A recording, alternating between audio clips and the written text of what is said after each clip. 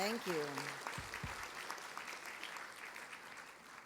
Thank you, Secretary Armita, Secretary Romulo, Durano, Favila, ambassadors, Gain Brillantes, our consuls general and consuls, honorary consuls, tourism officials, our balikbayans, ladies and gentlemen, I join Secretary Romulo in welcoming you to Malacanang Palace.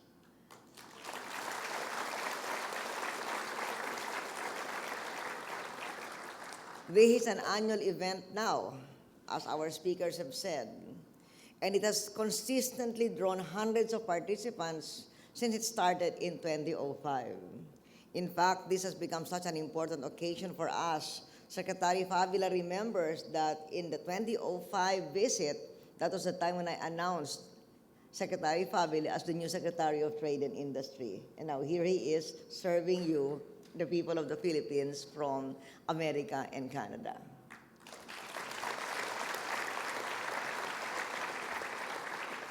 Secretary Durano was afraid that because of the global crisis and the slowdown in America, we would have a much smaller number this year. But here you are, all of you. Thank you for being here. We're pleased to see that many of our kababayans from the United States and Canada are eager to participate in this tour. Some have joined the tour even more than once. So welcome to the second and third timers who are here today.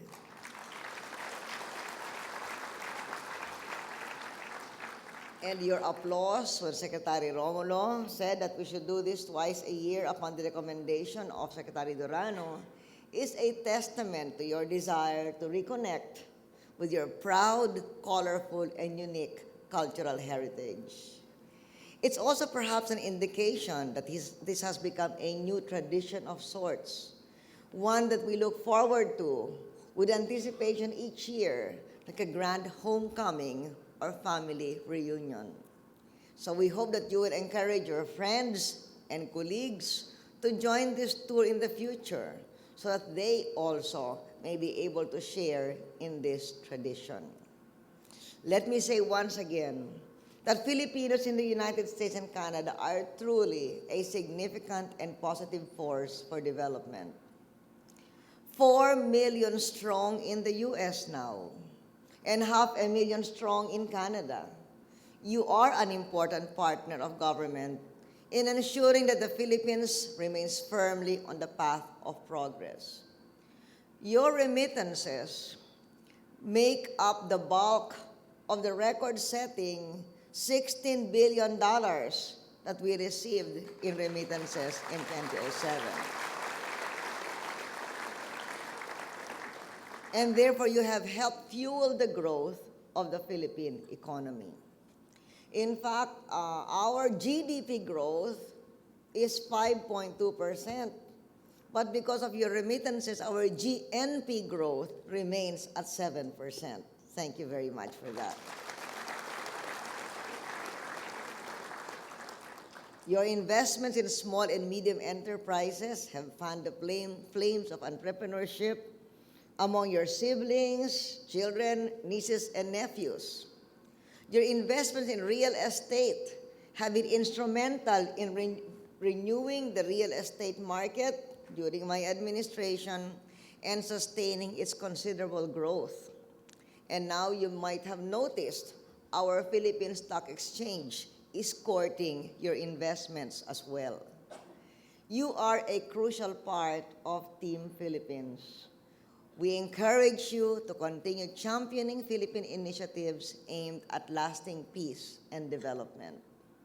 On our part in the Philippines, we continue to build bridges and neighbors and strengthen ties with allies around the world, especially America. That is why your tour is important. But at the same time, at this moment in world history, with the rapid rise in food and fuel prices, which you are also experiencing, as the whole world is experiencing, the Philippines must take greater control of its own destiny. We must become more self-reliant and self-sufficient. We are in uncharted waters that we must navigate in the new and uncertain era. The world crisis did not catch us unprepared or without reserves. We took hard decisions several years ago. Hard on our people, unpopular with big business, but good for the country, as events have shown beyond any doubt. These hard decisions were intended to raise new revenues, large amounts of new revenues, from bold fiscal reforms. More money for more bridges, roads, ports, and other infrastructure to create more opportunities for new wealth and new jobs, all towards a self-sufficient, self-reliant, strong republic. With more money, we spent a lot on health and education. We spent a lot to train and retrain a growing workforce, and not just for specific tasks, but for whatever challenges a wayward world economy may throw up. And because we have been prepared for it, we have been able to shield our nation from the worst effects of food and fuel crises worldwide. Had we acted differently or not acted at all would be lost today. So we remain committed to the path we have taken. The best solution is the one that has worked. We remain on track and firmly focused on getting the country well on the road by 2010 to first world like what you are enjoying in 20 years. We are sticking to and we are widening the fiscal reforms that have earned us the respect of international finance, bringing our interest rates down and making our peso stronger. We shall plant them deeper in the structures of government, of the economy. All this is for the benefit not only of our people tomorrow, but the next president as well. With the fiscal wherewithal bestowed by our reforms, we are now focusing on the day-to-day problem. We can focus on the day-to-day problems that have taken all countries by surprise, including the U.S., in the world food and fuel crisis, while continuing to invest for a better tomorrow. All over the world, food prices have spiked. In Thailand, from whom we buy rice is 56 pesos per kilo. In Vietnam, 67. So when we have commercial rice at 35, that's a blessing. Our subsidized rice is 18.25 and 25 pesos. Indonesia's subsidized rice is 25.30 and Malaysia's is 27. Either we're all handling the crisis well or equally bad. The prospect of a real world food shortage has generated a real world crisis. Some say it is due to speculation.